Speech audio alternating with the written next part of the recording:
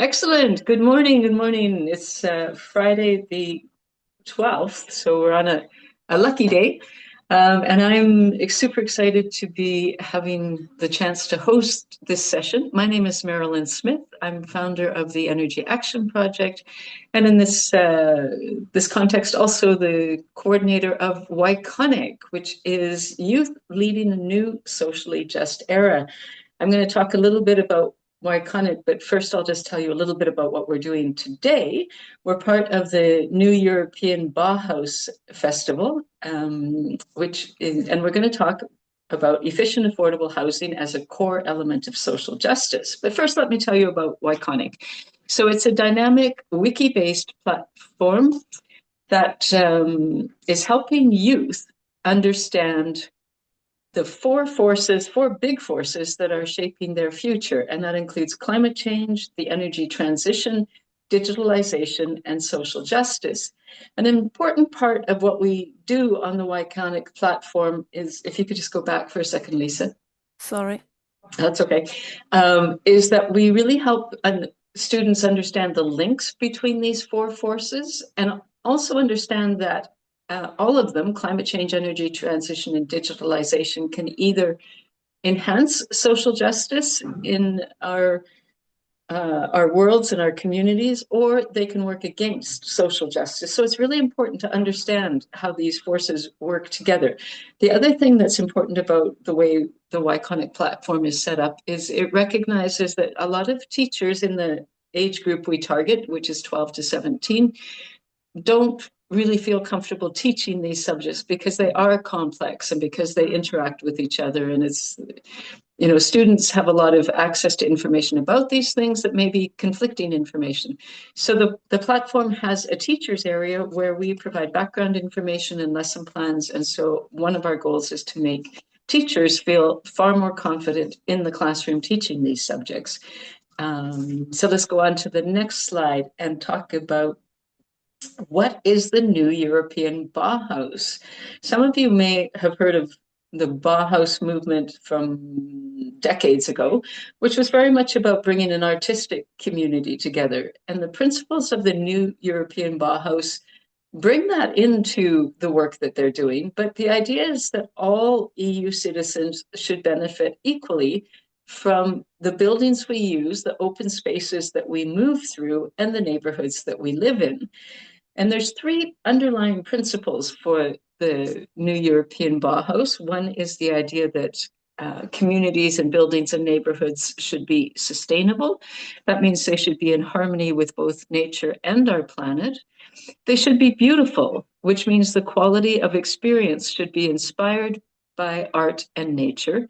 And here they have the word together, but it's also used inclusive, that all of our buildings and open spaces and neighborhoods should include all people. So they should connect different disciplines, cultures, genders, and groups and ages. And so we're really looking at, in this event, we're looking at how the themes on Yconic, so climate change, energy transition, digitalization, and social justice, how do those relate to the new European Bauhaus? And this is why we called our event specifically Efficient, Affordable Housing as a Core Element of Social Justice.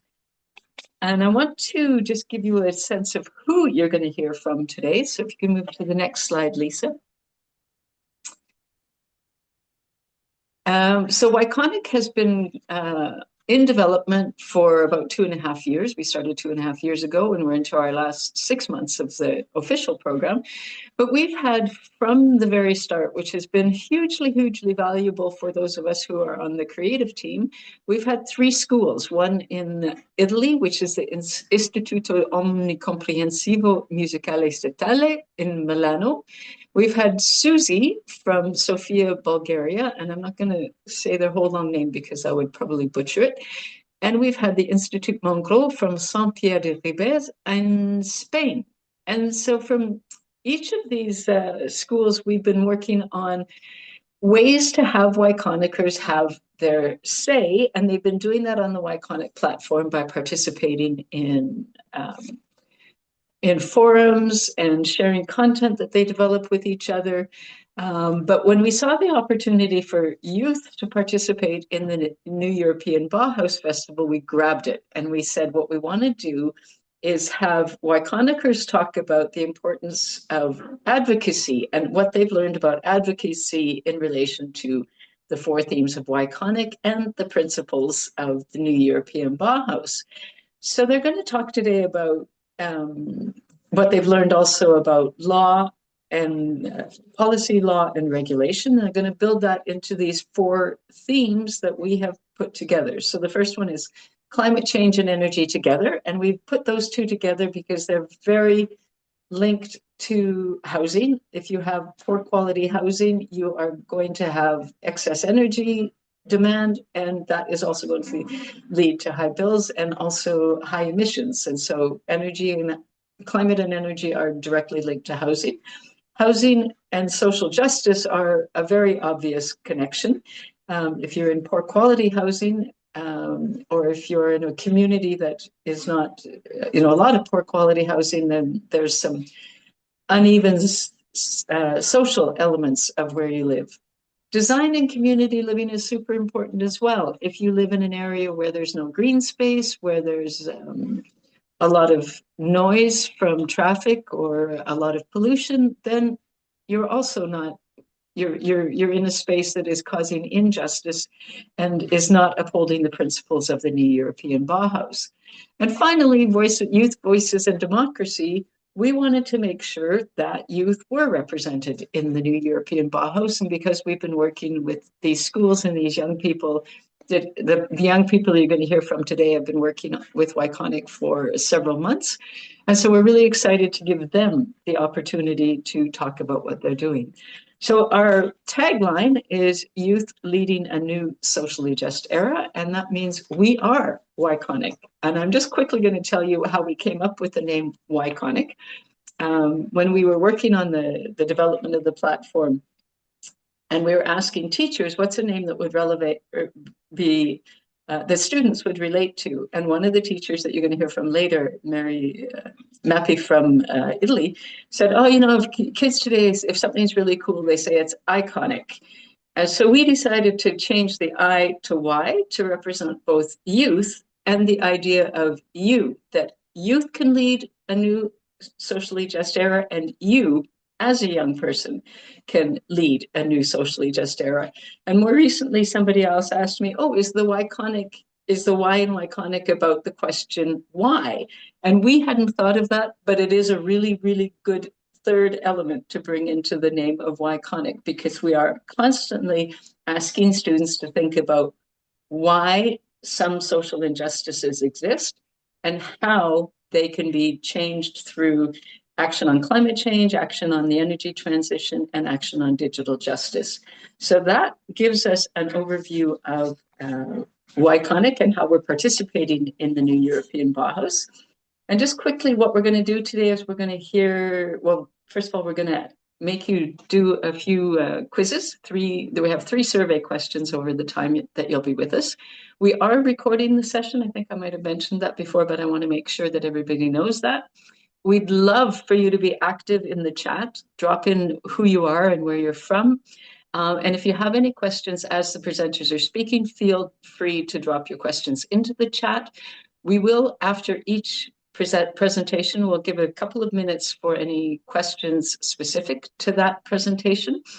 And part of what we did in the process of this is we took these students, and 32 students in total, to Brussels for 3 days of activities related to learning about social justice and learning about advocacy and lobbyists and policymakers.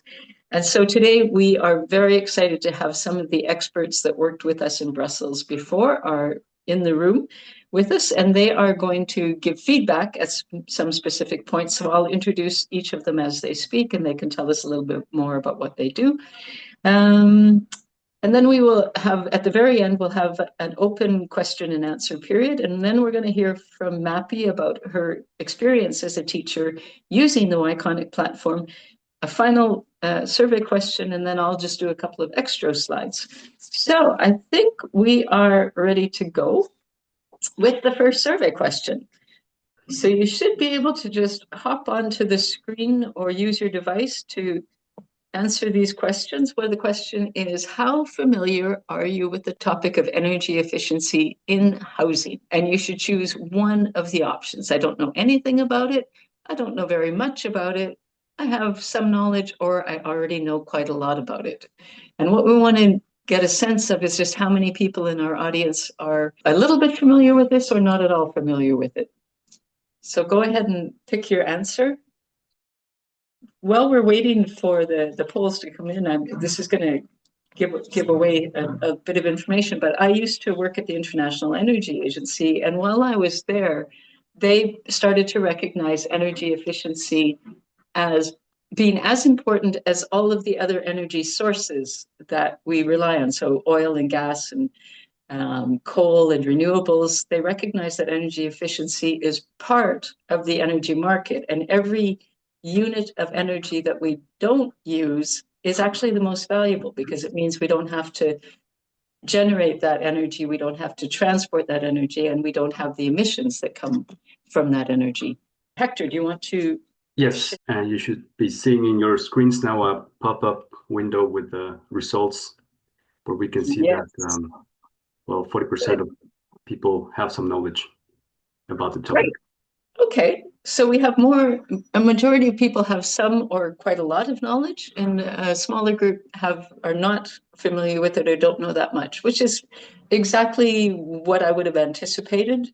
So hopefully by the end of today, you're going to know a little bit more, not only about energy efficiency and housing, you're also going to know about how that links into the idea of the three principles of the European Bauhaus and the forces of Yconic. Great. So now I am going to introduce you to the group that is working on climate change and energy. And the screen is going to be shared by our hosts, Energypedia, and I will talk about who the other partners are more towards the end of the project, of this session. But I am now going to hand the floor over to the group that has been working hard on energy and climate. And I've given them the title for their presentation that considering climate and the energy needs of all people is part of Yconic and also part of the new European Bauhaus principles. So over to the presenters in climate and energy. And just tell us your names as you start to speak as well. Hi, my name is Nala. I'm from Spain, and today I'm going to present you our two situations. First of all, Persona 1. Mercy is 28 years old, and her situation is that because of the war, she had to leave Africa with only 2 suitcases and move to Germany. One of the main problems she faced was the climate difference. In Africa, the weather is much warmer than in Germany. Because of this, Mercy did not understand how to use the heating system, and during the winter she felt extremely cold. Persona 2. An elderly couple, Abdul, 65 years old, and Amina, 62 years old, live in a very low income. Although their house is paid off, they rely on small pensions. Their home is very old and not suitable for comfortable living, as it was originally built for agricultural use and has no insulation. For years, they have coped with the cold by adapting as best as they could, wearing many layers and reusing materials to meet basic needs. Now, living with Amina's elderly mother, they need to improve the house, but they do not trust the government support and lack the digital skills to apply for it. They also have a farm with many animals.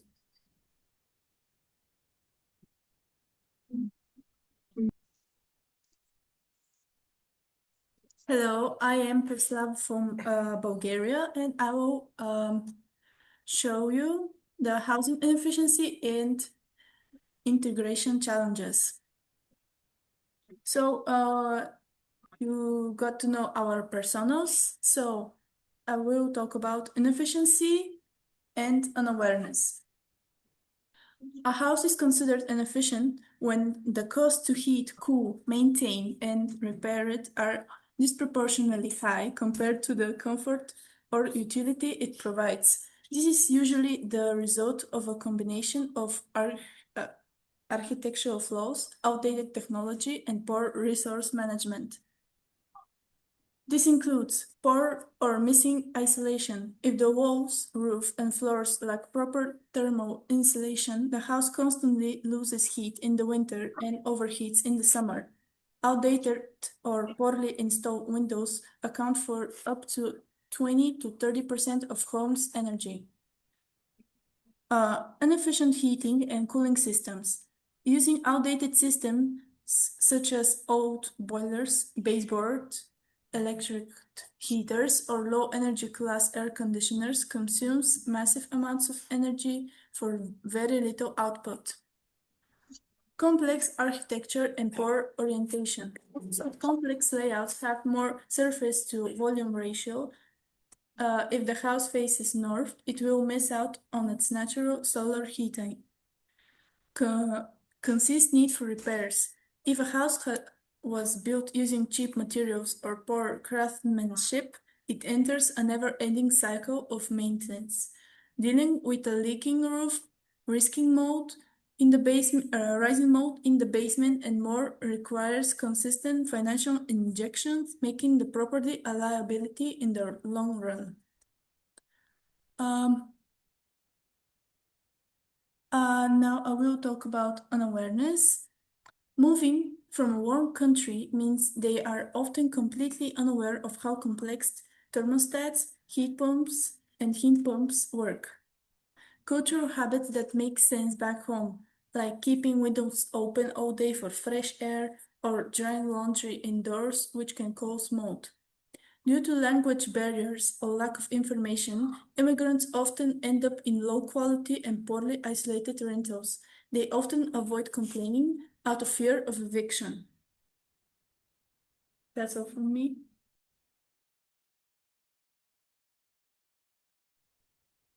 Hi, hello everyone. I'm Giulia from Italy, and I will talk about the solution.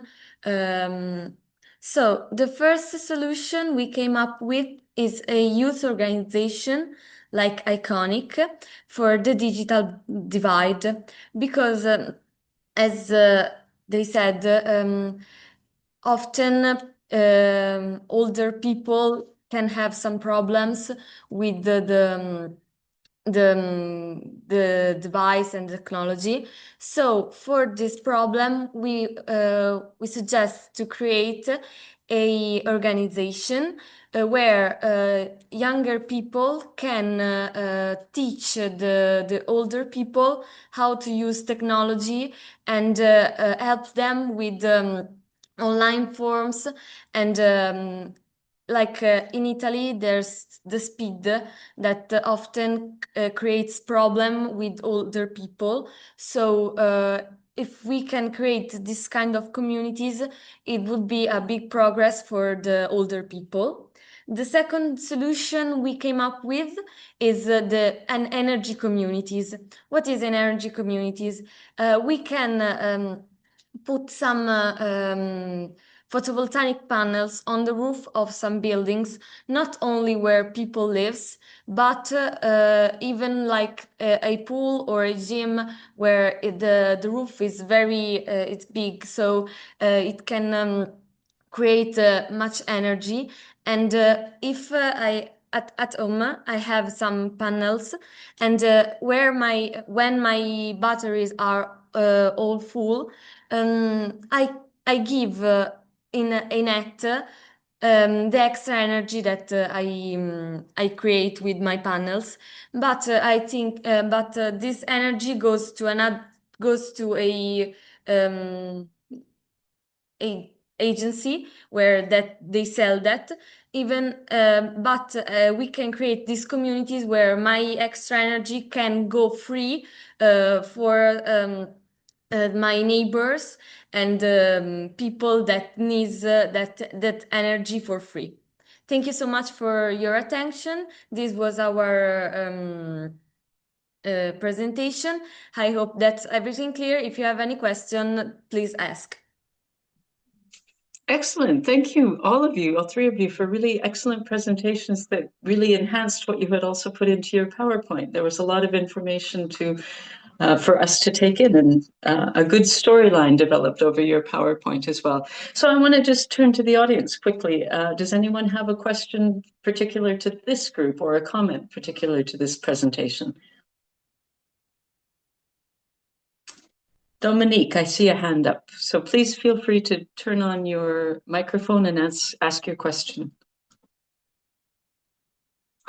Sorry, it was just a clap for the presentation, which is well deserved. Great, thank you. Ladies, it was a great presentation, and I'm really glad to see that you really enhanced your presentation since we did a run just a couple of weeks ago. Great, and Anna, who is one of our experts, said that you did an excellent job on a complex topic. And Brianne, do you want to ask a question? Thank you for this presentation. I'm an expert of experience poverty and social exclusion.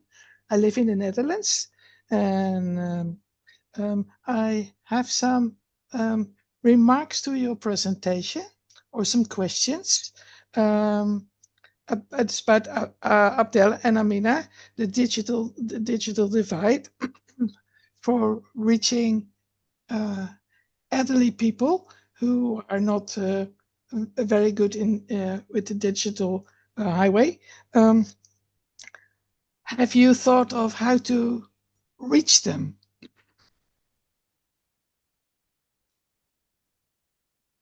Because it's very easy said, we're going to do it with young people and help them. But there's a step before that, how we're going to reach this group. So that's something you might want to think about. Can I answer the question? Yes, please. Okay. So for my country in Italy, we can see them like in a place that is called poste, where elderly people goes to have a help when they need some information for some online form or things. So we can go there and like leave a ticket, like for if you need this, if you need help, call this number and we will go to your house and help you. Excellent. I was wondering about it. Here in the Netherlands, people have to go to the library to get some, and that's not for everyone possible. Sorry. And solar panels. You talked about it as well, which is, I think, a really very good point. But unfortunately, in my country, as from the 1st of January next year, people will have to pay money to the energy companies to give energy back. So here there's a lot of going on here about the solar panels. I hope that's not in Italy or Bulgaria the same, because here for now it's not really a solution at this point, unfortunately. I'm going to just jump in for a moment here and say that the situation in France has, as of January 1st of this year, has become completely the opposite. Even renters have the right to put a small solar panel on their balconies or on an exterior wall. And also community energy groups have the right to share their electricity within a 2-kilometer radius and to determine prices at which they will share their electricity.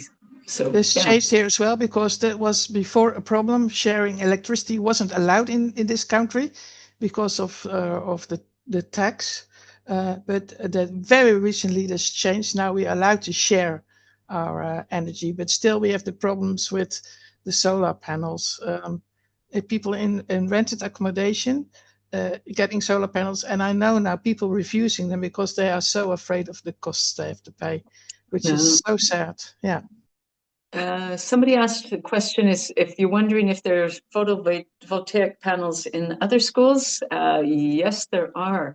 And actually this is another example here in France is there's a group in my neighborhood that puts solar panels on to schools, because schools are big buildings with big roofs, and they share that electricity they don't give it away for free, but they share it with people in the neighborhood.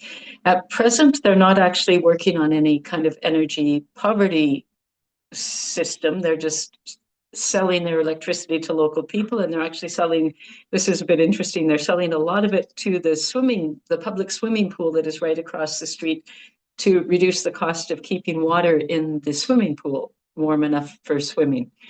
And Rianne also said that solar panels are often used on big sports facilities. So that it's really interesting to see that the opportunity to use renewable energies is changing.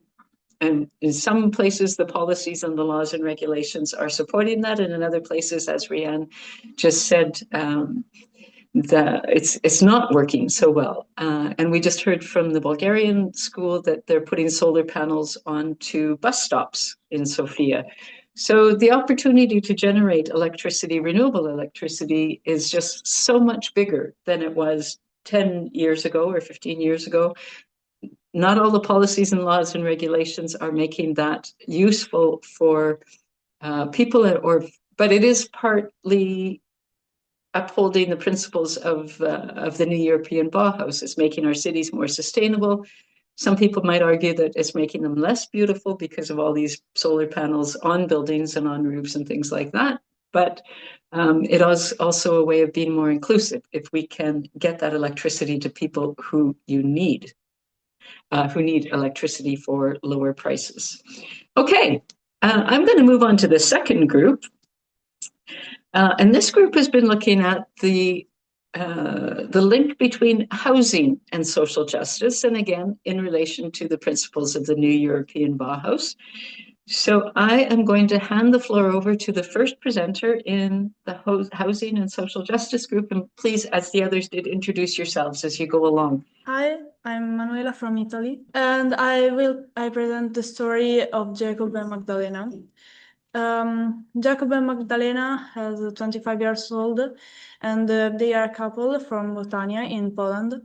Their situation helps us to understand what happens when a community depends almost completely on one industry.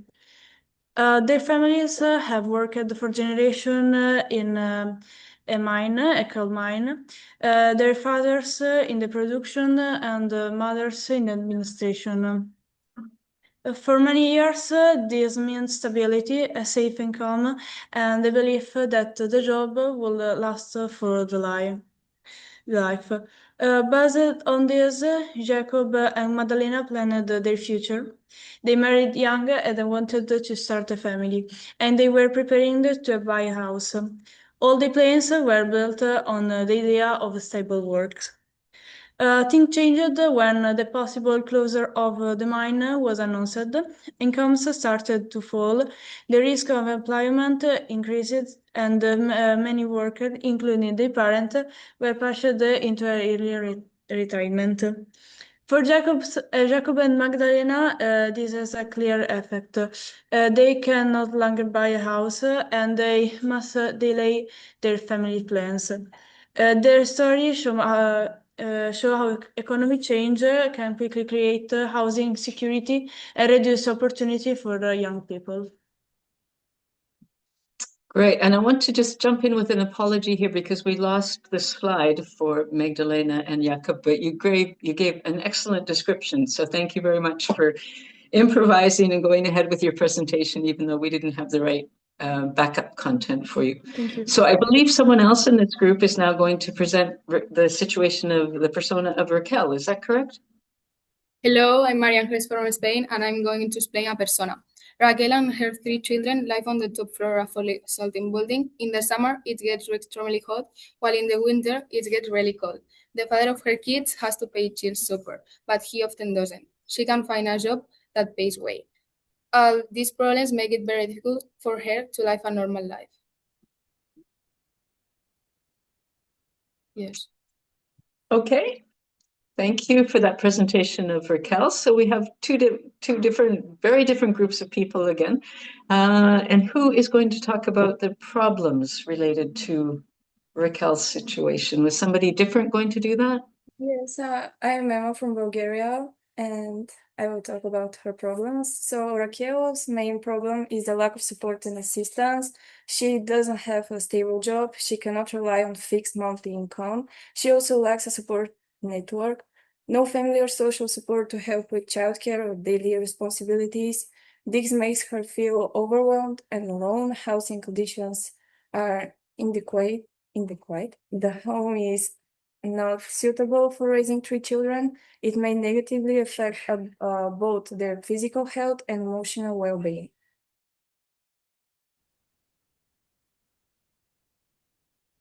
So as it says at the bottom of the slide, Raquel faces obviously, and the same is true of Magdalena and Jakob, a combination of economic, family, and housing problems. And they need help to improve the quality of their life. And eventually with Jakob and Magdalena, if they have a family, to have help with their children. All right, so who's the next presenter in this group? Hi, I am Konstantin from Bulgaria, and I will present to you the solutions.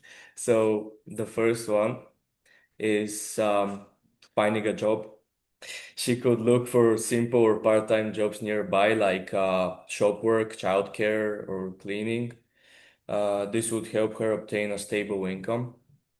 Um, she can also ask family or friends for help, um, or ask for support from people around her. Um, she could ask for help with childcare, um, or housing support, or even emotional support. The third solution would be lowering rent prices. So governments could introduce rent controls, provide affordable housing, and this would reduce the financial burden. The fourth solution is support for divorced mothers. So the possible measures are financial support, childcare services, employment programs, and all of these measures would help single mothers because they could become more independent. Great. All right, so I'm just going to, is someone prepared to walk us through the conclusions page?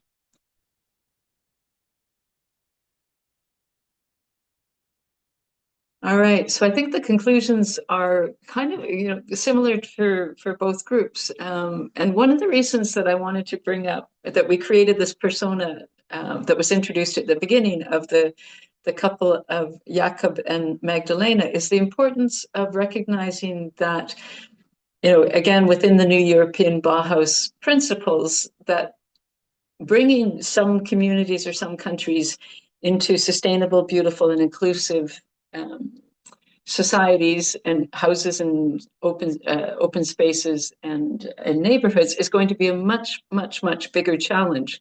So as was described, Magdalena and Jakob come from a long history of living in a mining community. Their families have been miners.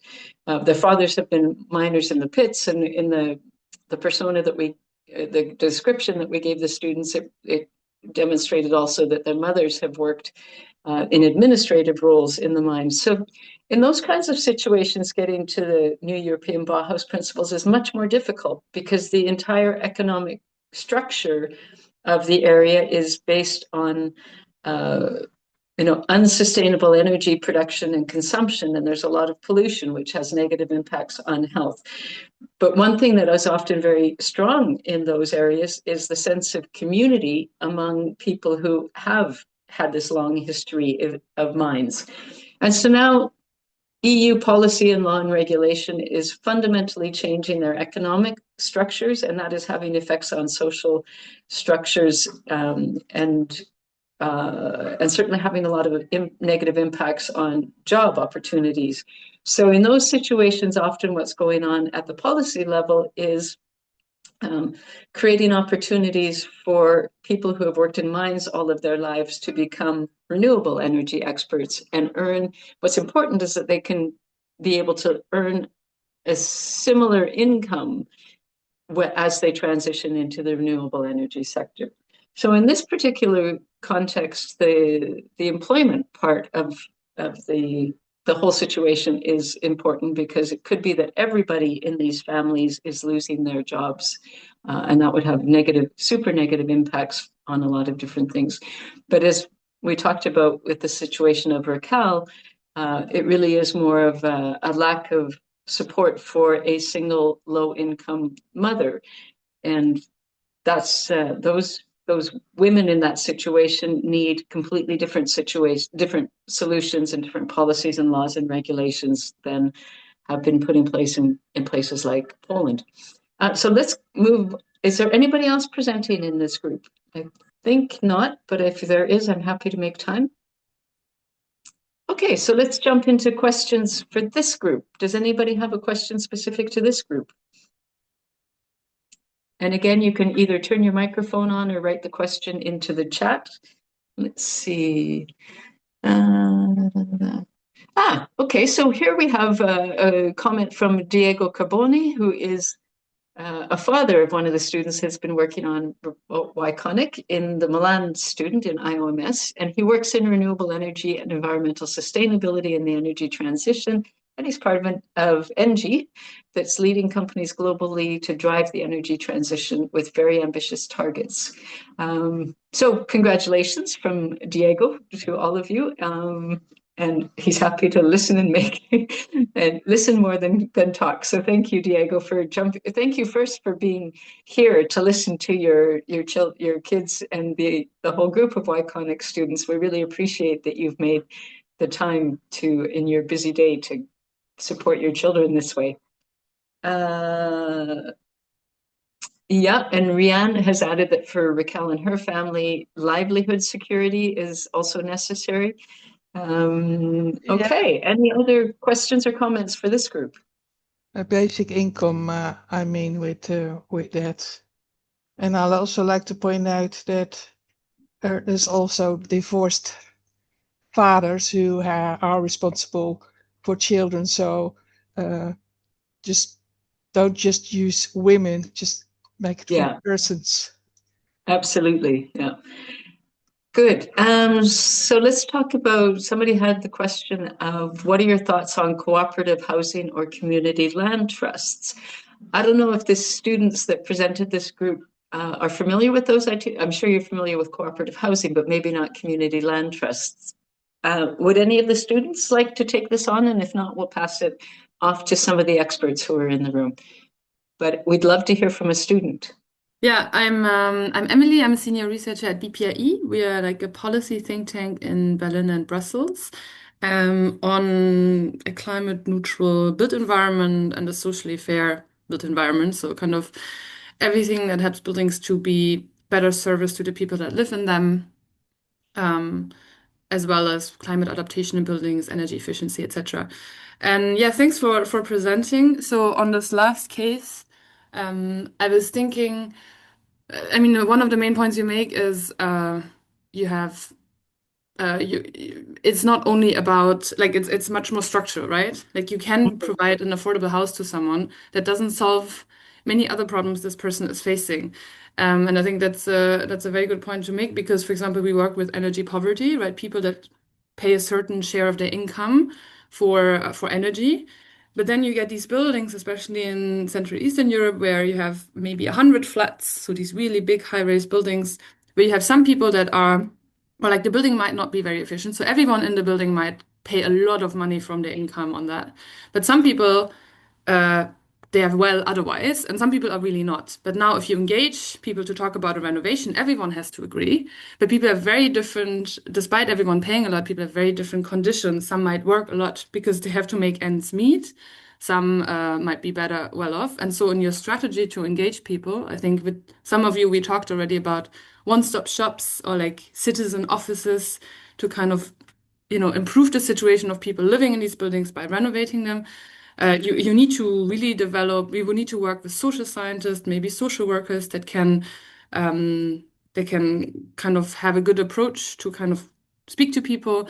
You need to kind of connect money for renovation with money, for example, what you suggested on support for, let's say, single mothers, or and I think, yeah, you have really shown this complexity of that environmental questions cannot be solved in isolation because there's underlying social justice issues that create the problems we have.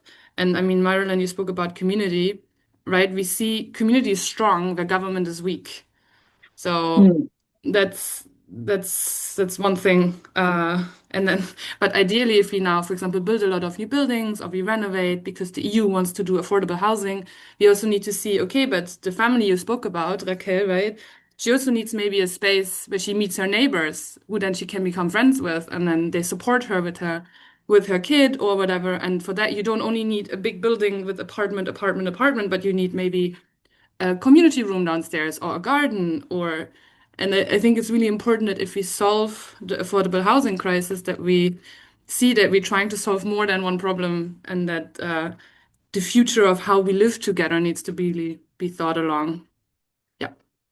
Thanks, Emily. Those are really good inputs. And I was just also thinking, as you were speaking about cooperative housing and community land trusts, one of the things that often underpins whether you're eligible for subsidies to renovate, whether it's your own home or the kind of 100 apartment building that Emily was just talking about, ownership is often a fundamental element.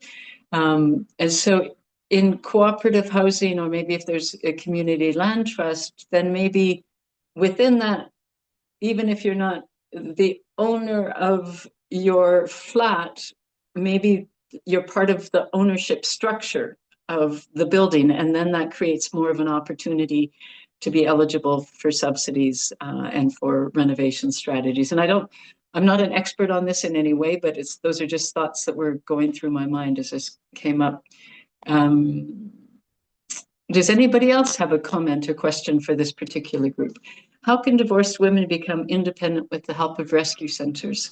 Yeah, you're right, we didn't get to that. It's a really big struggle. And I'm going to just talk a little bit about another project that I have been doing in my neighborhood called Women in Solidarity for Energy, where we have been working with women that are very much like Raquel, single women who are solely responsible for managing their household resources at any age group. So students or young single mothers, elderly women. We've also worked with some divorced women as well. And one of the things that we've really done is help them understand their energy rights and who is responsible for upholding their energy rights and who they can go to when someone is not upholding their energy rights. So just as an example, in my neighborhood, we have helped women as they're going through the divorce process, change who their energy supplier is so that past energy debt that their ex-husband was responsible for remains in their name, and they start their new life as a single mother with a fresh slate with a new energy supplier, and they manage energy consumption and the energy bills. And that's a very empowering moment for those women to no longer be facing debt because their ex-husband didn't pay bills. So yeah, we really need to work a lot with these women. We're going to do a survey question in a moment that is very relevant to this. Marianne, you also said that Foundation for Homeowners and Apartments, and when 70% of homeowners agree with the renovation, it can go forward if there's funding. Yeah, and this has been every month. They pay every month into a community bank account for repairs for the apartment. Great. And I know that in some countries or some specific buildings, it's been very difficult to get to 70% of people agreeing to it. So they have renegotiated that number, and it's basically 51%. As soon as you get a basic majority, you can go ahead with renovation works. But again, this is very much a case-by-case basis, and it reflects local laws or national laws, but certainly across everything that the EU is doing in relation to a just clean energy transition, these kinds of questions are coming up, and more policies are being rolled out and experimented with, and some have already been rolled out and proven not effective, so they're being replaced by hopefully policies that will be more effective. But it's very context based. And sorry, there was one more comment that just popped up about women being reluctant to go to rescue centers out of fear of losing their children. That is absolutely true. It's also true that women these kinds of women self-isolate a lot, and they will not let any social service worker or anybody from an NGO come into their homes because they don't want anyone to see the actual conditions they're living in, because they also are afraid of their children being taken away. So that speaks again to another level of complexity in these situations, where if you're living in poor quality housing and have low income and have high energy bills, it becomes a super precarious situation, and you probably don't want anybody to know how difficult your situation really is. So those are the types of people. And again, as Rianne said, it's whether it's a man or a woman in that situation with young children, it's a very fearful situation. And this is why we also need to think about community and inclusiveness, so that these type of people know that there's other, whether it's just neighbors or experts or social workers in the community, that are there to help them and take care of the whole range of their needs. And it's often very different people that can help in one specific aspect versus another aspect, but we do need solidarity and sustainability and inclusiveness. No, okay, so I'm going to hand it back over to Hector, and he's going to give us another survey question that is super relevant to the discussion we've just been having. So this one is about energy poverty and specifically rates of energy poverty in Europe. So generally, EU data shows that about 8 to 10% of EU households experience some degree of energy poverty, which means they are unable to afford enough energy to support health and well-being. They usually calculate this as if you're spending more than 10% of your income, that is making you make difficult choices in other parts of your life. But what happened recently is that some research started to disaggregate this information on who's in energy poverty by gender. And it became really and marital status. And it became clear that this is a really different story. So now remember I said 8 to 10% of EU households on average are in energy poverty. But if you're a single mother, what share of the group of single mothers do you think experience such situations? Is it 15%, 28%, 35%, or 44%? What's the percentage of single mothers that you think live in a situation of energy poverty? And this one, I'm not sure many of you will have seen this data because it is quite recent. So I'm very interested to get a sense of what you suspect the answer is. And this data was really what prompted a group of us. There's 9 partners in the Women in Solidarity for Energy project. When we saw this data, we said, wow, we've known about this 8 to 10% of households for a very long time. And this is the data that policymakers are typically using to make decisions on tackling energy poverty. But it was really clear that the rate is higher than we expected. And we also recognized through the WISE project that women have single mothers have very different needs than the average household in energy poverty. How's the responses going here? All right, so it was 34% response rate, and I'm going to share the results now. Great. It seems that most of the people actually know the percentage. The right answer is a whopping 44%.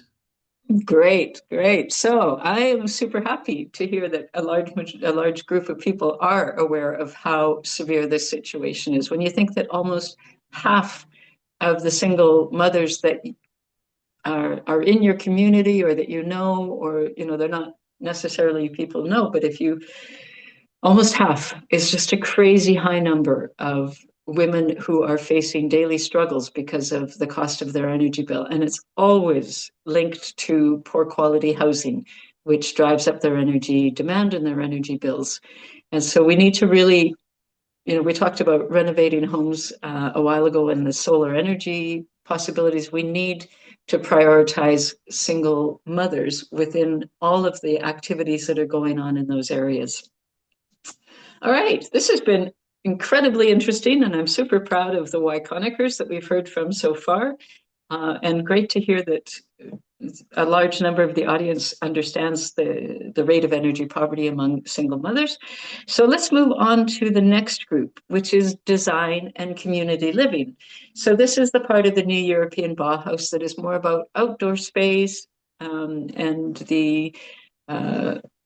the ways that we live and use spaces. So I've given this group the title Co-Living with Other People or Vital Medical Devices, and you're going to understand in a minute why I gave it that title. So I'm going to hand the floor over to this group's first presenter, and please introduce yourself. Hi, I'm Tobia. I'm going to present, I would like to present two different people and their situation regarding energy use and access to electricity. The first person is Stefano. Stefano is an 18-year-old engineering student from Novara, Italy. He's very environmentally conscious and comes from a middle-class family that pays close attention to electricity consumption. Because of this, he has developed good habits and always tries to avoid wasting energy. Stefano currently lives in a flat in Milan with 3 roommates while studying at university. However, his roommates do not have this same attitude towards energy use. They often leave lights on when they are not needed and do not pay much attention to how much electricity they consume. At the end of every month, the utility bills are divided equally among all four tenants. This means that Stefano pays the same amount as his roommates, even though he uses much less electricity. As a result, he feels that this system is unfair, because his efforts to have energy are not reflected in the final cost as he has to. And the second person is Encarna. She is a 53-year-old woman from Gavà, Spain. Encarna suffers from serious respiratory problems and depends on an oxygen machine in her daily life. Because of her health condition, she is unable to work and has difficulty earning enough money. For Encarna, electricity is essential. Her oxygen machine requires a constant supply of energy to function properly. If her electricity were cut off, she would immediately face serious health risks because she would no longer be able to use the machine she depends on. In this situation, her respiratory condition could quickly become worse and require urgent medical attention. Encarna's financial difficulties make her particularly vulnerable. Since she cannot work, paying energy bills can be challenging. Unlike many people who use electricity mainly for comfort, communication, or entertainment, Encarna needs electricity for a medical device that is necessary for her health and daily life.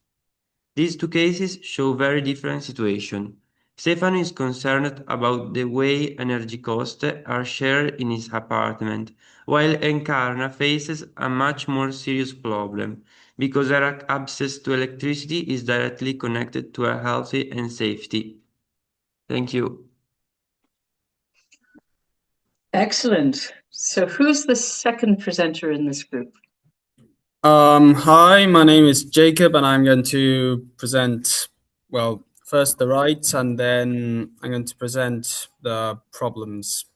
So first and foremost, they have the right to clean water and adequate housing standards. These aren't luxuries; they're the foundation of health and dignity. But beyond shelter, we also must recognize energy consumption as a fundamental right in the modern world. We rely on energy for warmth, for cooking, and as we will see in Encarna's case, for for survival itself. Furthermore, the right to education and access to healthcare completes this framework. When a community or life situation fails to secure these rights, it creates a systemic problems that individuals cannot easily overcome on their own. So, on to the next slide. We will see two distinct types of energy-related crises. One caused by collective waste and the other by systemic and physical vulnerability. Let's start with Stefano. Stefano lives in a large flat with his friends, and now having a large space shared with peers sounds ideal, but it has led to a major issue. His flatmates waste a massive amount of energy. They constantly leave lights on in empty rooms and neglect basic conservation habits. The real conflict comes at the end of the month. The utility bills are simply split into 4 equal parts. For Stefano, this is incredibly unfair. He's actively paying for the careless consumption habits of others, draining his own financial resources because there's no accountability or awareness within his household. On the other side of the spectrum, we have Encarna, whose situation is far more severe and deeply tied to healthcare. Encarna suffers from chronic respiratory problems. Because of her health condition, her mobility is extremely limited. She cannot walk easily, which severely restricts her ability to work and make money. Because she cannot earn a steady income, she faces a compounding crisis. She cannot pay her basic utility bills, and this isn't just about sitting in the dark. For Encarna, a lack of funds means she is unable to access and pay for the electricity required to run her medical oxygen machine. For Stefano, energy mismanagement is a financial burden and an unfair social dynamic. For Encarna, energy insecurity is quite literally a matter of life and death. As we look at these two cases, we see a clear pattern, whether it is a lack of accountability in a shared apartment or devastating gap in social and medical support for the elderly and sick. Energy poverty and waste impact community life deeply. And yeah, that's all I have to explain now. Thank you. Thank you. Okay, so for the solutions, I'm going to start with Stefano, and if I was going to continue with Encarna.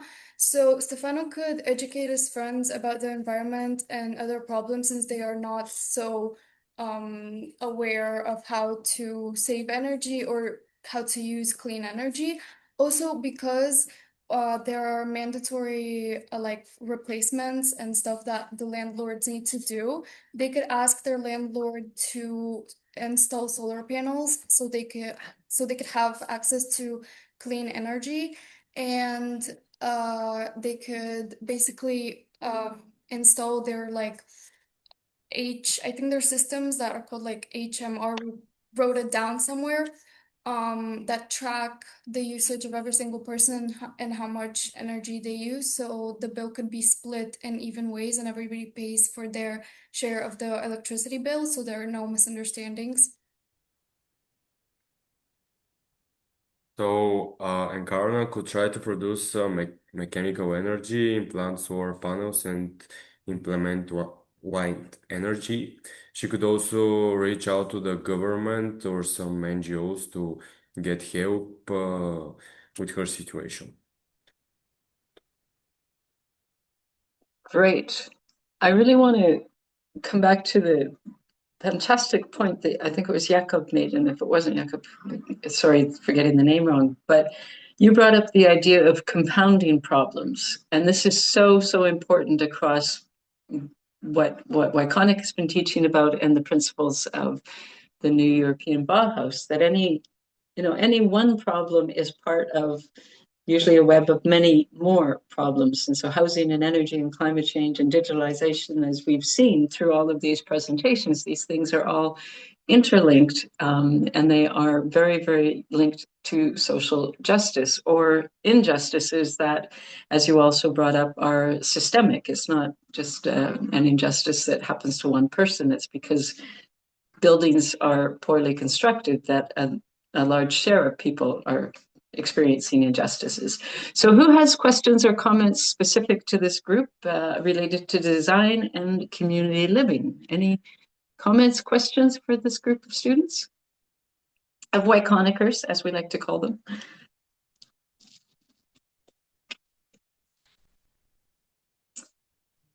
I'm going to take the opportunity to ask a question here. And let's think about, I want to go back to the question of Stefano. Did you think about how he might bring up this situation with his roommates? What might he try to say to them about their negative energy habits to try to make the situation better? Or how might he try to negotiate a different way to split the energy bills? Did anybody kind of think through that process? So if I remember correctly, we said that we were going to so like they would have a kind of intervention about explaining how everyone can maybe pitch in a bit of money if they have more financial gains. Also if and also basically wait, concienciar. Conscience.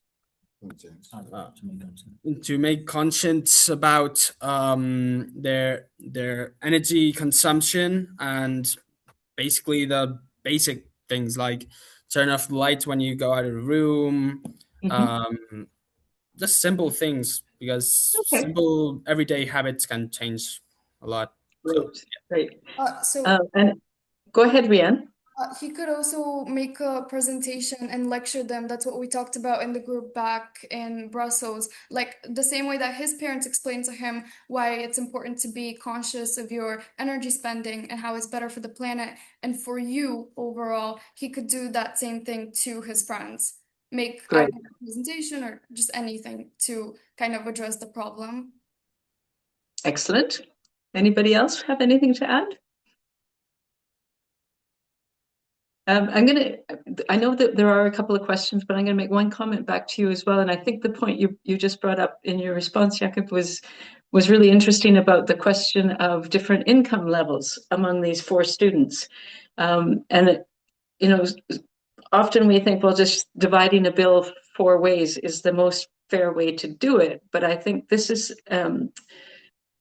something that we need to rethink across the whole energy sector. Is people who are very wealthy use extreme amounts of energy, and people who are very poor, have low income, they use less energy than they need in order to be healthy and enjoy well-being. They often use less energy. So we need to start thinking about what are fair pricing schemes in relation to people's economic capacity. And some countries are doing this where they're saying, okay, up to a certain level of consumption, everybody pays a fairly low price. But then after that level of consumption, each unit of energy becomes substantially and exponentially more expensive. So the people who are consuming extreme amounts of energy pay much higher prices for this part of the energy consumption that they have. But people on low income pay a low energy price for this basic level of energy. And it's a fairly new idea, and it's not always easy to implement, and not very many countries or places have done it. But I think that is also true in the situation of Stefano. Maybe some of his roommates come from extremely wealthy families, and this is part of the reason they've never thought about energy consumption, because their parents pay the energy bills, they live in big houses, they consume a lot of energy, and so they don't have the energy knowledge or energy know-how that Stefano has. And so that you're absolutely right. Bringing that knowledge to his roommates is important, but they may also have to have a discussion about the economic capacity of each roommate to participate in paying the energy bills. And if Stefano can say, in relation to my household budget, I'm paying 25% on electricity. Well, in relation to your budget, you're paying 2%. is that a fair breakup of the energy bill? And so it's a different way to negotiate that question, but it's a valid point for Stefano to bring up and to consider. I think we have a question from Emily, do we? Yeah, I was gonna follow up on your question because I was wondering, I mean, you asked, okay, how can Stefano speak with his flatmates, right? And sure, we can rely on on these things by individuals taking agency, but my question to the students would be like, what do you think there should be in terms of policy or infrastructure so Stefano can do this? Like, should he be alone, or what would he need from something external to be supported in this? That's a great question. And I think you partly have the answer already, but maybe you're not aware that it's part of the answer.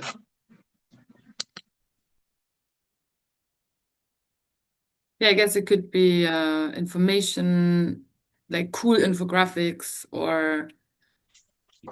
Yeah, like the idea that energy suppliers now give you smart energy meters, and that there are devices you can plug into your electricity system that measures exactly which of your devices are using the most electricity, then that's data you can use to have this discussion about who's wasting electricity and who's using the most.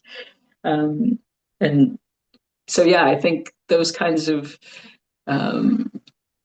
like it's one thing for Stefano to have a conversation about how great it is to be energy conscious and more conscious of the planet. But if his roommates truly don't care about that, then having data to show the different energy consumption patterns is maybe going to build his case a little more effectively. Did you have anything else in mind, Emily, when you asked this question? No, I work on this, but so we have answers, but I was curious from a more student perspective. I mean, you had so many great ideas to see if there's anything maybe I did not yet think of.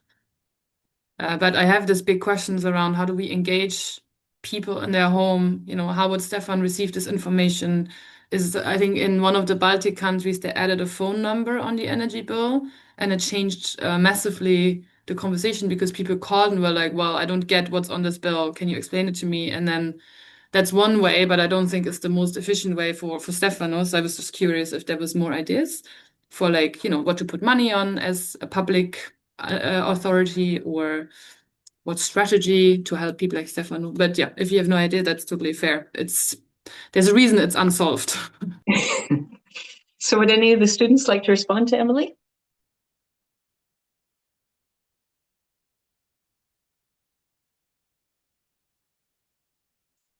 Okay, it's a super complex problem amongst roommates, and particularly young roommates who are living away from home for the first time and paying energy bills for the first time. And, we know of situations like this where there's 4 people sharing a flat, and the person who's responsible for taking the cash and paying the energy bill hasn't done it. And then they all get cut off. Their electricity gets completely cut off. And that is a situation of extreme unfairness on the part of one roommate, making everybody else's lives a bit hellish.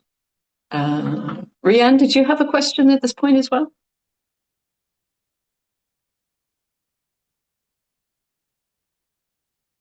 Sorry.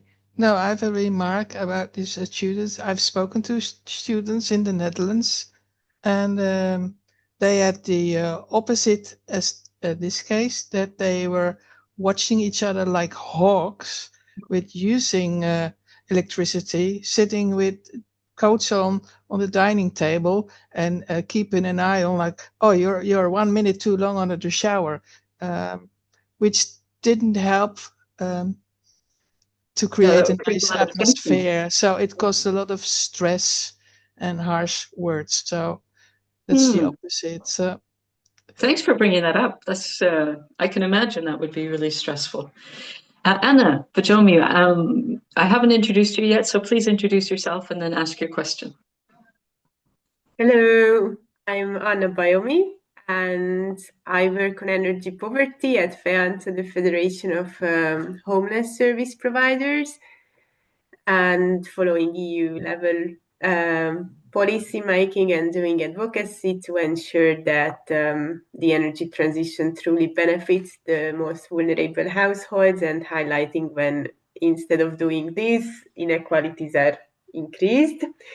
And I just wanted to share a personal experience, if that's not unprofessional, related to this discussion around how to cooperate with flatmates, because I also used to live in a shared apartment, and I found it really difficult to discuss these topics with flatmates. We were three of us, and two people were more environmentally conscious, and the third was less. And for example, around use of very harsh chemicals or very smelly washing detergent, which is not really connected to the energy topic, but is related to the general environmental protection and our own health. I found it very hard, because I thought that from my perspective is a fair request to ask her to use less of these detergents and chemicals, because it's also impacting my health. But on the other hand, I also understood that she was brought up in a different household. For her, this very strong smell of detergent, maybe, or with the cloth fabric softener, it feels more like home. Why for me is like, oh my god, this is a very strong smell.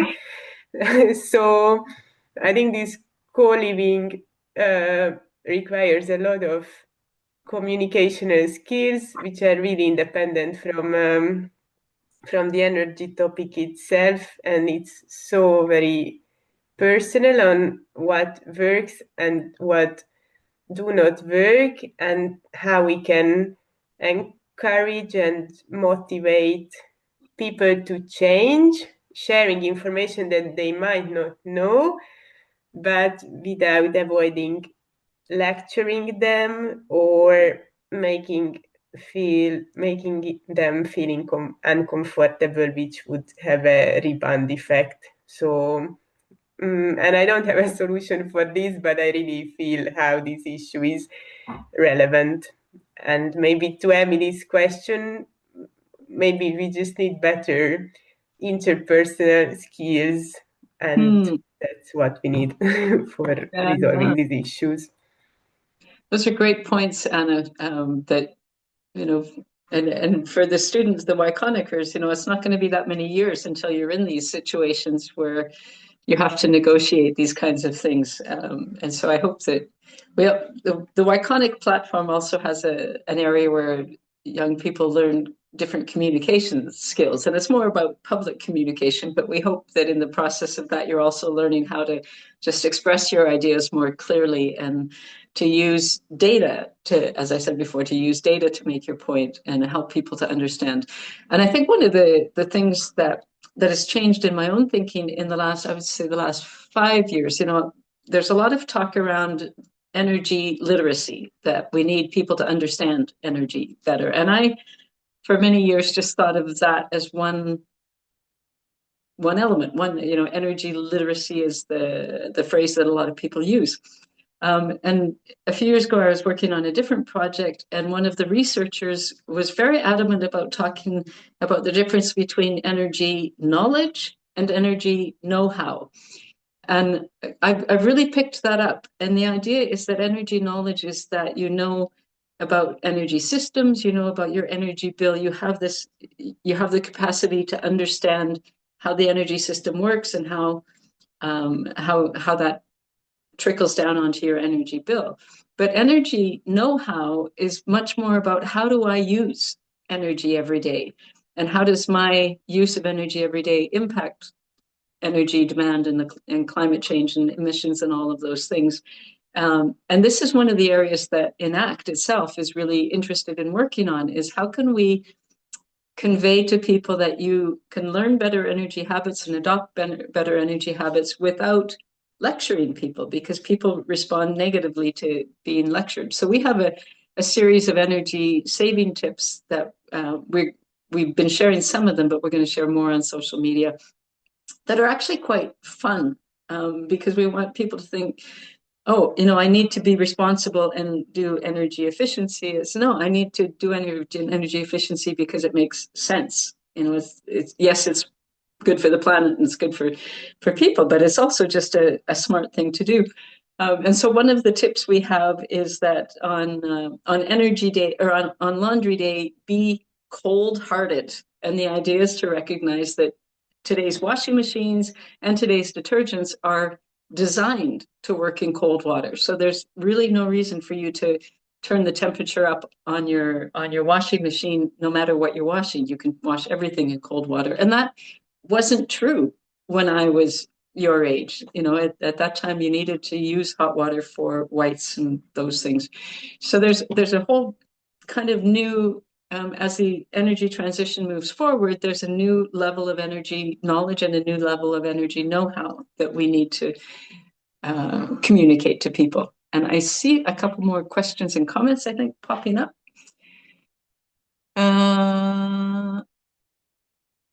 Yes. So this is Emily, I think, has written this, that in relation to the Sustainable Development Goals, there's also inner development goals, a framework that tries to complement the SDGs with a guide for inner skills and changes we need. So there's a link there. Thank you, Emily, for sharing that. And Rianne has also added that an energy help network in the Netherlands is organized by environmental knowledge groups. And so there's a lot of opportunity for, as I said, building both energy knowledge and energy know-how. All right, we're going to move on to our last group, which is youth voices and democracy. And this is very much sort of the group that we're most excited to have within the New European Bauhaus, because we don't think there's very many young people presenting in the NEB activities. And so here, the title of this presentation is Young People's Voices Can Change the World. So over to the fourth group for your presentation. Hi, hello, it's really nice to meet you again. Thanks for having us. We are the Yconic team for Youth and Democracy. Today, I will do a quick introduction. Today, the main speakers are me, Vladislava from Bulgaria, from 138 school. We have Nancy from Spain, Institute Montcos, and Letizia from Italy, from school Liceo Verdi for Milano. I will be explaining to you our personas, their problems, and the solutions we have prepared for them. Back in Brussels, we were divided into two teams. The first persona is Mercy, an African woman that moved to Germany. She will be explained to you by Letizia in a second. And then for the second team, we have Milena, an elderly woman from Bulgaria, from a Bulgarian village, and she'll be explained to you by Nancy. Thanks. Good morning, everyone. My name is Letizia, and I'm joining you from Italy today. It is a pleasure to be here to discuss how we as young people can drive meaningful change in sustainability and social justice. Today, I would like to introduce you Mercy. Mercy is an African woman who recently immigrated to Germany and is currently living in social housing. Her story highlights the real everyday challenges that many immigrants face when trying to rebuild their lives. During her journey, Mercy has encountered significant obstacles. First of all, she is particular in difficulty during the winter because she saw that she's struggling with cold and energy costs. But also integration has been incredibly difficult due to profound cultural differences and a lack of familiarity with German culture and societal norms. Second, she faces severe economic hardships. Finding a job has proven to be a major hurdle. And as a result, she struggles to earn enough money to cover basic living expenses. such as utility bills and groceries.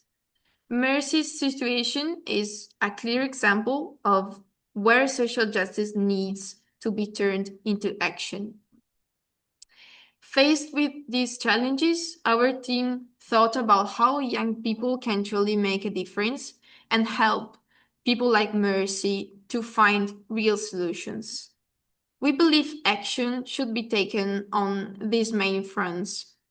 It will be highly effective to create associations and join the one that exists already, dedicated to helping newcomers connect with their new cultural community. By fostering socialization, we can help them integrate smoothly and feel safe asking for support. We propose organizing charity festivals. These events would not only raise funds to provide direct financial support for Mercy's essential expenses, but also bring the community together. We need openly discuss human rights, finally, to emphasize their crucial importance. Social justice cannot exist if we take these rights for granted. In conclusion, by combining community support, financial solidarity, and human rights advocacy, we can ensure that no one is left behind. Thank you very much for your attention.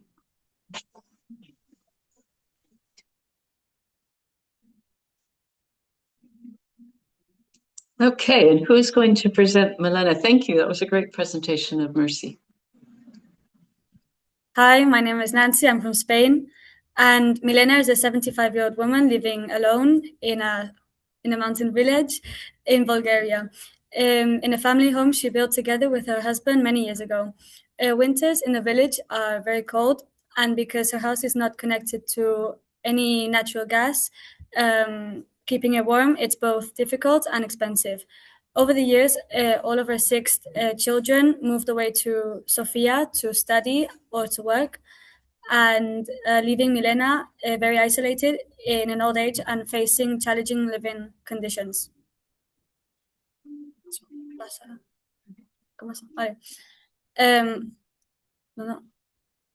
Problems. Problems that she has is that her house is not insulated, not connected to gas grid, and not connected to any electricity grid. She is an older woman and she lives alone as her husband passed away. Some solutions that we found. Some solutions that we found was to insulate her house, install solar panels. She can join social clubs and do visits to reduce loneliness. That's it. Thank you. Great, thank you. And here, so now this, oh, great. sorry. Go ahead. For the policy law and regulation slide, we have for policy rights, equality, and solidarity, facilitation of young people associations. For law, we have laws that already exist and they must be applied globally. Every region should have the possibility and infrastructure to gather young people together so they can help others. Every city or region should receive money from central government to build structures and create associations of young people. Great. We have a conclusion. We haven't had slide. I just talk it out. And so for the conclusions and their common solutions that we talked back in Brussels. So Milena and Mercy come from very different backgrounds, but they share many of the same problems. Both women experience loneliness, difficulties to adapting to their environment, and challenges in their daily lives.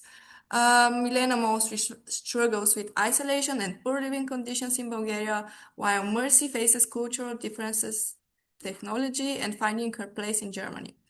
Their common solutions are creating or joining associations, organizing charity festivals, socializing, and joining clubs, and also talking about human rights through meetings and community activities. These actions can help people like them feel supported, included, and less alone. Their stories show the importance of solidarity, education, and commonly community support for people facing difficult situations around the world.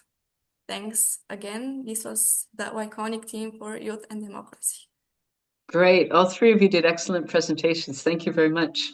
So we're going to open the floor again to questions specific to this group, but at this point we're starting to get towards the end of our time together. So if there's a question that you have for this group or for any other group, please feel free to either again raise your hand or pop it into the chat, or just turn your microphone on and share your question with us.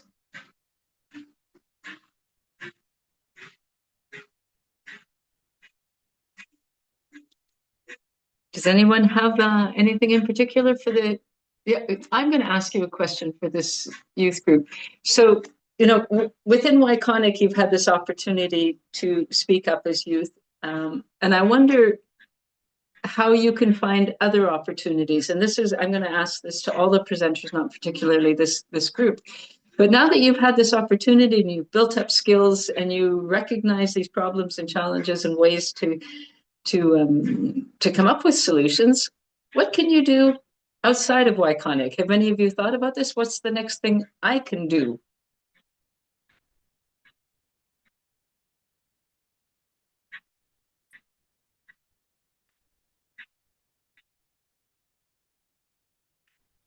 Oh, I think your mic is off.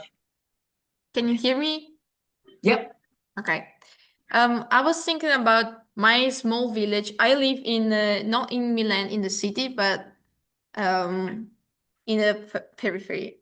And I think that I'm turning 18 in a month, and so I can start to act in my small village. For example, joining the social assistances and start to live an active life in my little political organization. And also I would like maybe in the future in every work that I will want to do to talk about these topics and share with young people that will can you say that will follow us. that will follow us when I will be more advanced. And yes, so you spread your voice. Spread your voice. Your voice. Great. Can I answer as well? Sure. So, we have done the Yconic project. Other than that, I think through social media, you can connect with a lot of young people and the younger audience, so they can know what it is about, what problems all of the world has, and also post, on social media, as I said, and volunteer through different organizations. Yeah. I think the idea that some of you brought up of being the generation that bridges the digital divide is so important. I think if you can go and help older people learn some digital skills, or just help them fill out forms, if they're, they may not ever master being online and doing something, but if you can sit with them and help them complete some forms that need to be done and submit applications. So yeah, really great work. Good. All right. I think we are getting closer to the anniversary. Does anybody else in the audience have questions for anybody at all?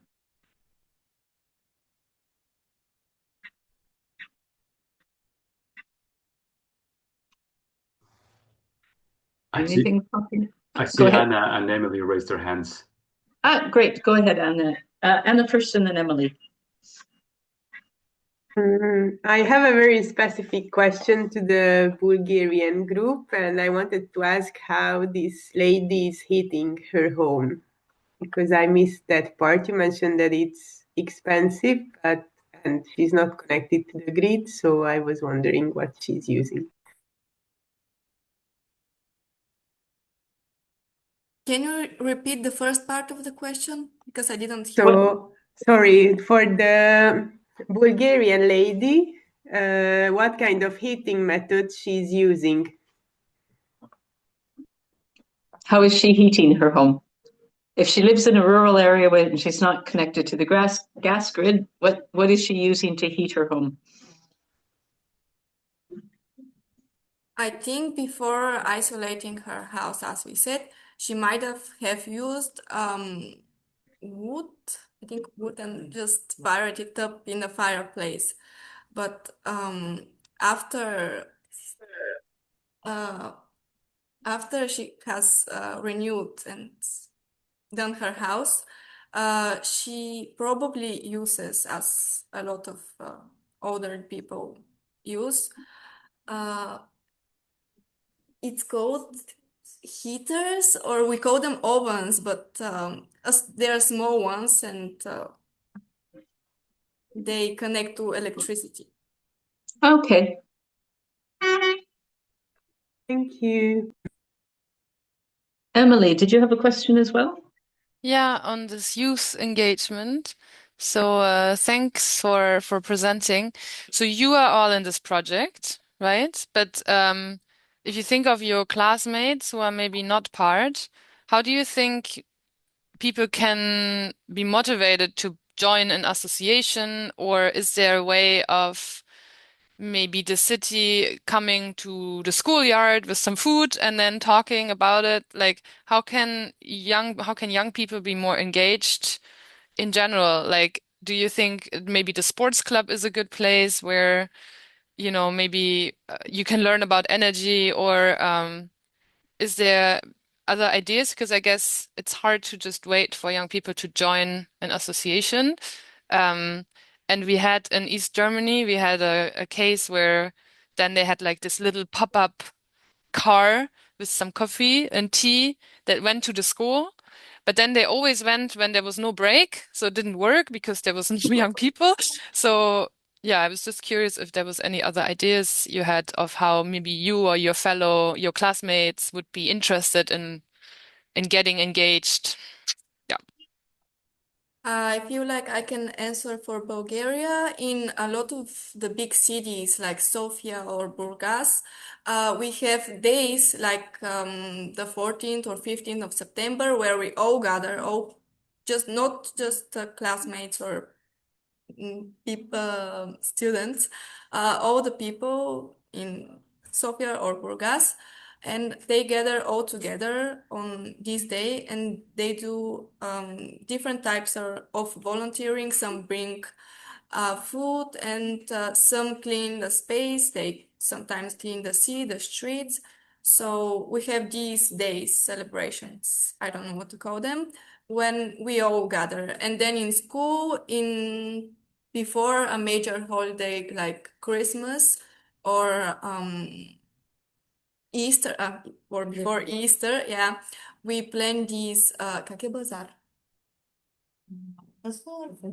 With this bazaar, these festivals, and we collect money, then donate them to charities, maybe to older people, to the Bulgarian Red Cross, that also helps different people with different situations, and that's a part of it, how we do it in Bulgaria. I'm sure that happens as well in Germany, where Mercy is from. And yeah, thank you for the question.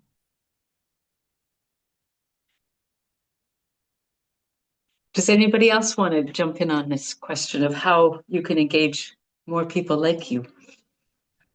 Also, in Italy, we have different volunteering centers where a lot of young students join in, and we can also start to organize new events.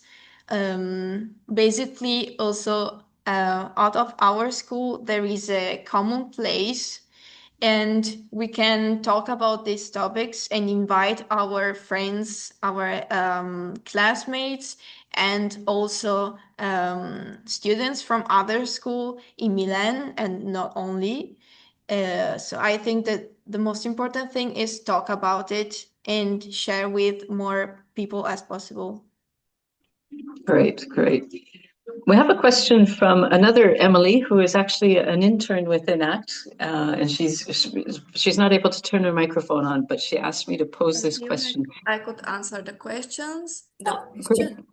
Honestly, about Milena, nothing surprised me while researching her problems and solutions, because that's a very common thing in Bulgarian villages.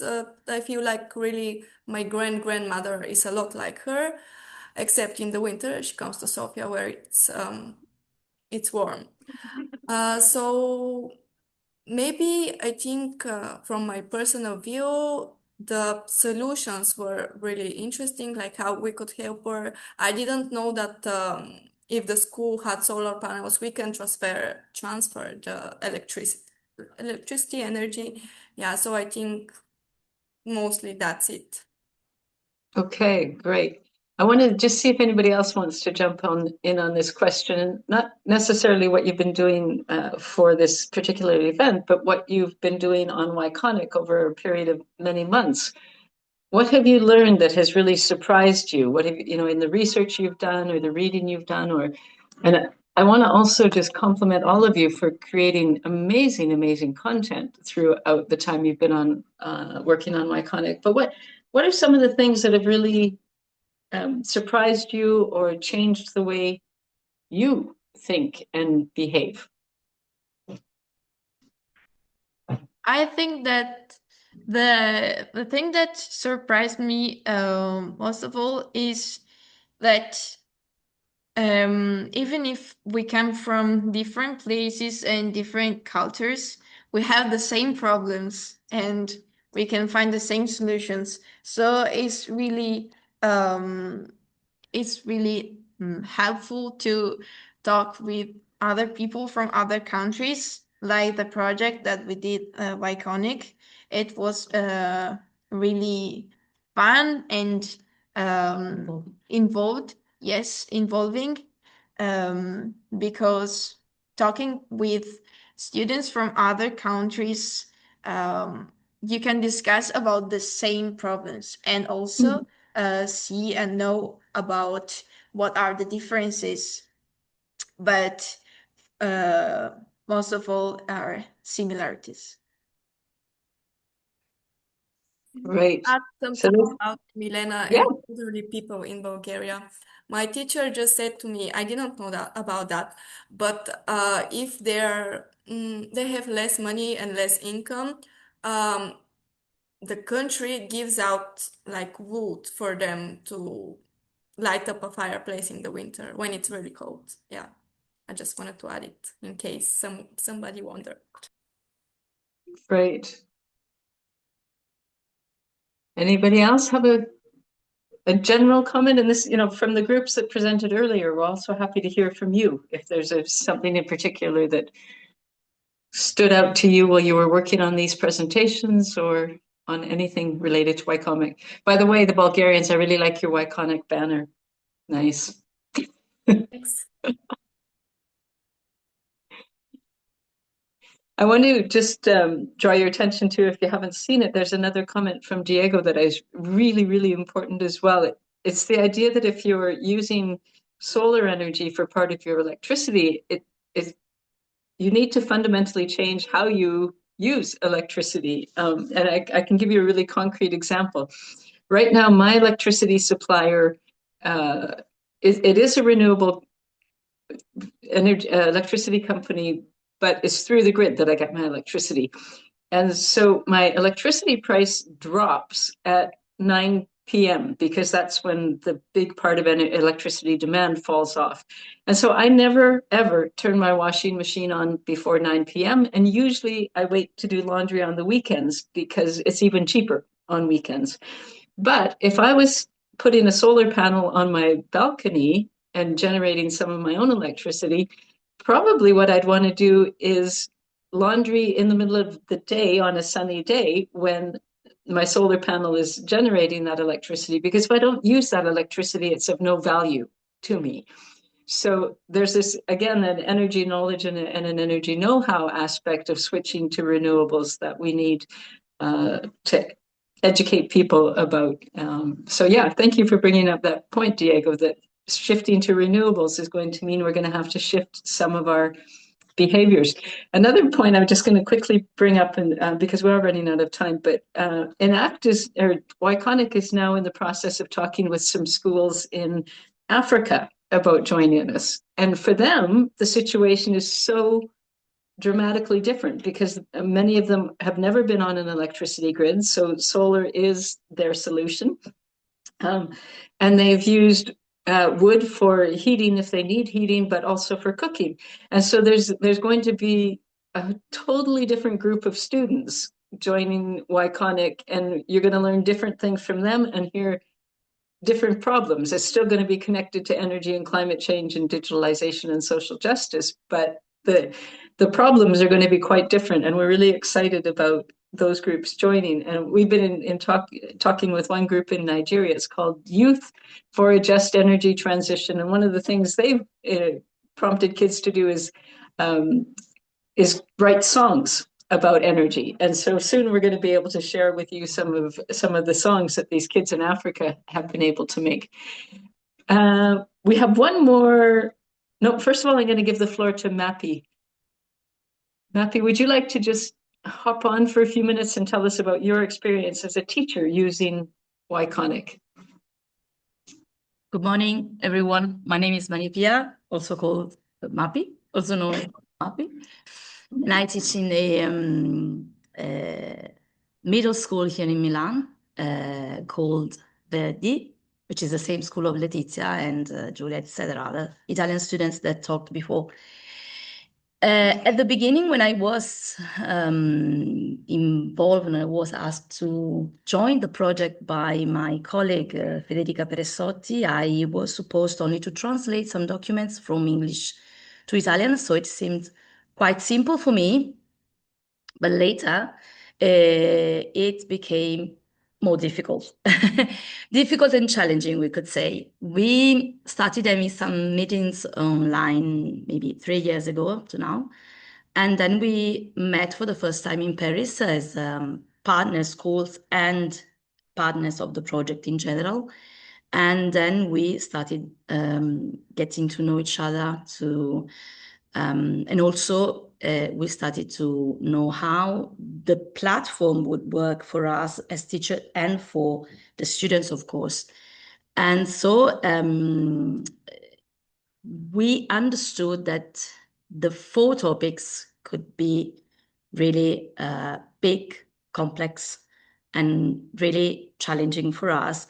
Also because as teachers, we have the role of teaching, but also of involving students and letting them be active protagonists of the project itself and life, I would say. And at the beginning, it was really overwhelming. Then last year, we had a pilot phase to understand how to use the platform. And this year, the last year, I mean, 2026 was the special one because it was the one in which the project had the operational phase, we could say. And I think that the challenges we faced as teachers were rewarded when we were in Brussels, because our students completely surprised me, and I think us in general, because they felt completely involved. They debated, they questioned, they were parts of the construction of this big the project, and also of our hope for the future. I mean, their hopes for the future, because they are going to live this in this world more than us. So I am completely satisfied of the my job as teacher, and also of, in particular, of my students, but in general, I think that it is overwhelming, but it is completely satisfying for us. Thank you. Do you know that I'm really an emotional person? So it was difficult for me, but I'm also an enthusiastic one. So that's why I'm very honored to speak for me, but also for our colleagues in Bulgaria and Spain, and my colleague Federica. Thank you. Adventure in this long journey. It has been a long journey, and we had to make a lot of small decisions along the way and a lot of big decisions along the way, and have lots of discussions about what works. And I do want to again just say that it was Mappy that told us that students say, "Oh, that's iconic." So I'm going to credit Mappy with the leading us to the project being called Yconic, which I really love in the end. I think it really works for everybody. So thank you, Mappy, for sharing your experience. And I'm also really happy to report that I recently had an opportunity to talk with students in Canada that have been using Yconic. And I really anticipated that they would say nice, polite things. And I was completely blown away by how excited they were. And the fact that they got to interact with students from around the world, the fact that they were not only encouraged, but it's like part of the program is you have to create content based on what you've learned. And so those students actually did a survey asking all of the other Yconickers about digital habits, and asking them to ask their parents and grandparents about when they started to use digital technologies. And we kind of laughed in my own family, because my sisters and my mom all participated, and we thought, you know, when we were the age of Yconickers now, there was no digital devices. You know, we all sat around the TV and planned to be home on a Thursday night because we wanted to watch the one show that we wanted to watch. And so there's just been this incredible creativity on the behalf of the students who have been in Yconic, and I'm so grateful for that. And we are going to put more of that content onto social media channels in order to share it with other people, not just people who are registered on Yconic, but with the world, because you really your content merits being seen by everybody. All right, so we are going to do one last survey question. So Hector, I'll give the floor back to you. Yes. So this is one last poll that we have. I'm going to give a couple minutes for the audience to answer. I guess this is a bit more internal, but it's going to help us to understand and improve in the future if we would repeat such a webinar. Yeah, so this one is really your feedback on how satisfied were you with this particular webinar. So 0 is not satisfied and 5 is super satisfied. I can't, because I'm in the speakers area, I can't respond, but I am going to tell all of the presenters that I am at 5 on this, that you really nailed your presentations. You did, it's clear that you did additional research, you dug deeper into the topics, thought more about who your personas were, and thought really in a holistic way about how to bring solutions into for your personas. But one of the other things we talked about in Brussels and subsequently is your personas are so important, because they really create the sense of this is an EU citizen that is experiencing problems because of the way systems are set up. But it's never one person that is experiencing these situations. There's, as we said at the beginning, there's 8 to 10% of EU households on average that are experiencing energy poverty, and almost half of single moms. And that's going to be the case at whatever social injustice you're looking at. every person's situation is unique because these problems get compounded, but at the same time, there's millions and millions of people that are facing similar problems. And that's where policy, law, and regulation are absolutely critical. It's true that as individuals, we can all do small things, and those small things often get scaled up and become policy and regulation, but we really need, and you guys have totally done it. You've brought the youth voice into the new European Bauhaus Festival. So congratulations for doing brilliant presentations. I'm really proud of all of you. Just as we're wrapping up here, I thought it'd be fun to give you an idea of who is online with us today. Of course, we have students from Bulgaria, Italy, and Spain, but we also have participants from Belgium. This is partly our experts who participated in our event earlier, and me from France, some WISE partners from Germany, and India, but we also have people from the Netherlands, Nigeria, the United States, and the United Arab Emirates. So welcome to all of you, and thank you for joining this great webinar. I don't know if you can hear in the background, but the woman below me in my apartment building, plays the harp. So every now and then I get to listen to this wonderful music in the background. We're not seeing the results yet, Hector. Are they? Really? I did share them. Maybe I'm looking at the wrong screen somewhere on my system. Can anyone else see the results? Yes, I can see them. Okay. Okay. Okay, so there's some weird glitch going on in my system. Okay. So overall, it's positive, but we will keep this in the records for our own internal analysis and improvement in the future. But it's positive. Great. Good. All right. So Lisa, can you put up my last little couple of slides? We just want to come back to you and talk a little bit more about Yconic and how people can become involved in it. So as I said, Yconic is growing. This little map shows the participating schools at the moment. So we have Bulgaria, Italy, and Spain, Canada as well, as I said, and we have a few students in India who have joined us. And we're currently in discussion with groups in the Democratic Republic of Congo, another group in Nigeria, and others across Europe and in Asia and the Americas. So we're looking to have, there's some students in the Southern Hemisphere that are probably going to come on during the summer, and others that will come on in September. And the final 6 months of the official project will be really rich because of all these other new opportunities or new experiences related to these 4 forces are coming on board.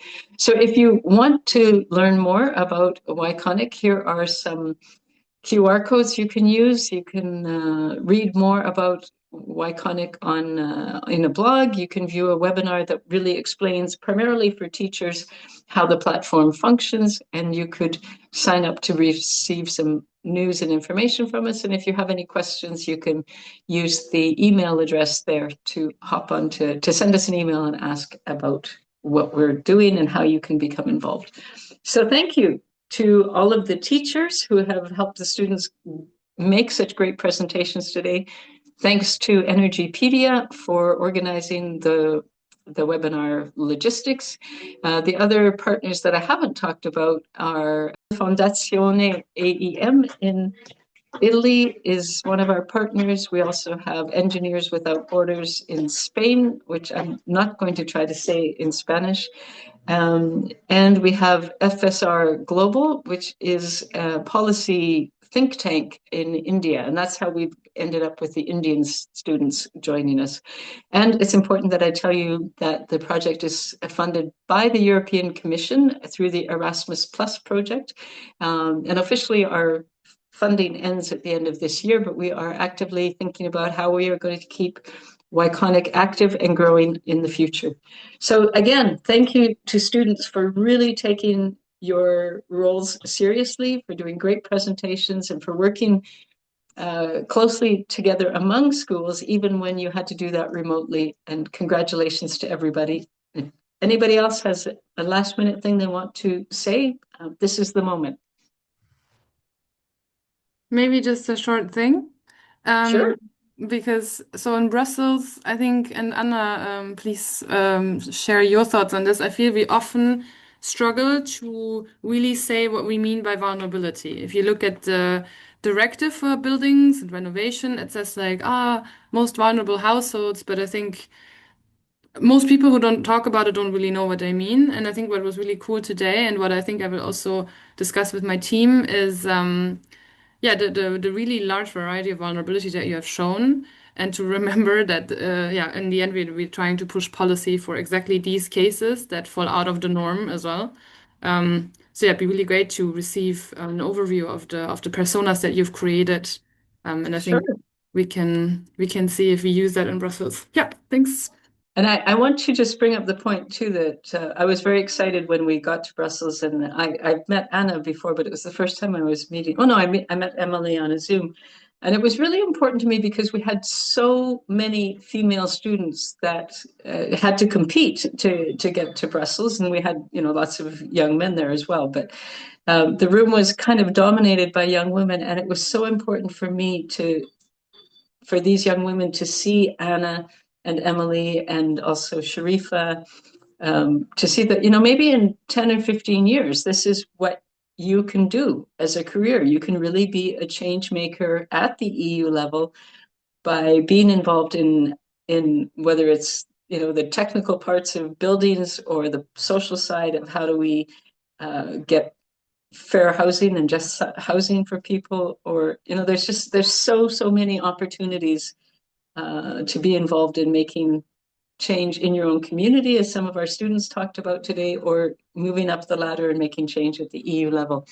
So I'm going to stop there. Thank you to everybody. Thank you to all the students and the teachers and the other Yconic partners. And we will, as I said, we'll put this online as soon as we can and share it with many other people. And again, thank you to parents who showed up today for their students, or for their kids, our students, your kids.